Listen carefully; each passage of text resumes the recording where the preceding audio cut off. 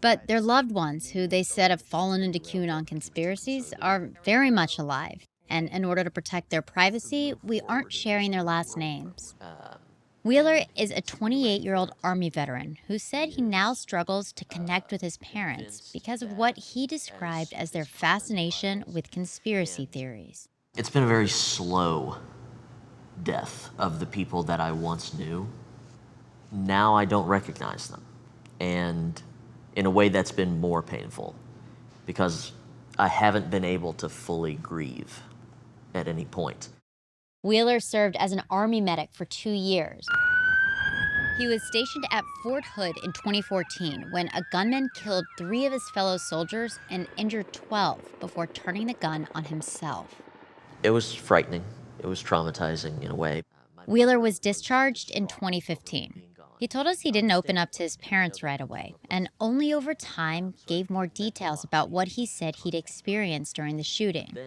But he said the parents he returned home to had become more paranoid as they started being influenced by conspiracy theories, and they began to doubt his account of what he'd endured that day.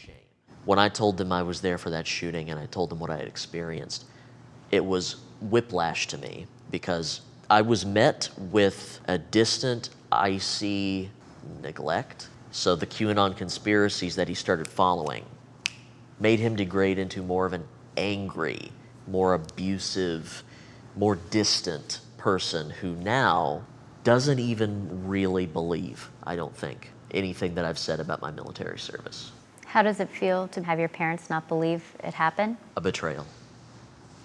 It feels like a betrayal.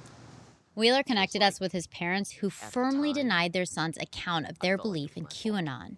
Wheeler's father said he doesn't have enough information to verify his son's experience at Fort Hood that day and was skeptical of what he saw as changing accounts by Wheeler. He said the two haven't talked much in the past year. The 6 people who joined us came from Alaska, Kentucky, Georgia, Maryland, North Dakota, and Canada. They all had different stories with a similar theme: the devastation of families caused by QAnon. It's been over a year since I've talked to my dad. Elizabeth said her father was her main support when she was struggling with depression, anxiety, even thoughts of suicide. He was the person that stopped me from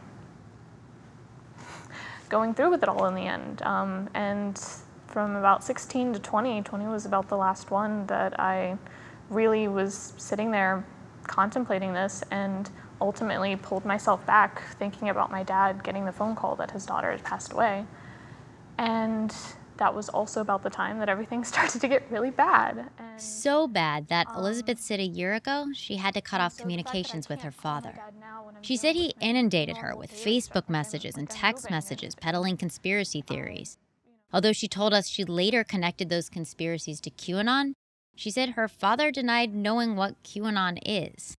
You talk about, in a sense, when you're going through depression and anxiety and some of these really scary thoughts, the idea of your dad saved your life and he's now not a part of it. How does that feel? Absolutely terrifying. That moment of cutting off contact with him was the hardest thing I ever had to do. To just walk away and realize that he's not there anymore. He's not the guy who, held my hand through everything, who essentially saved me.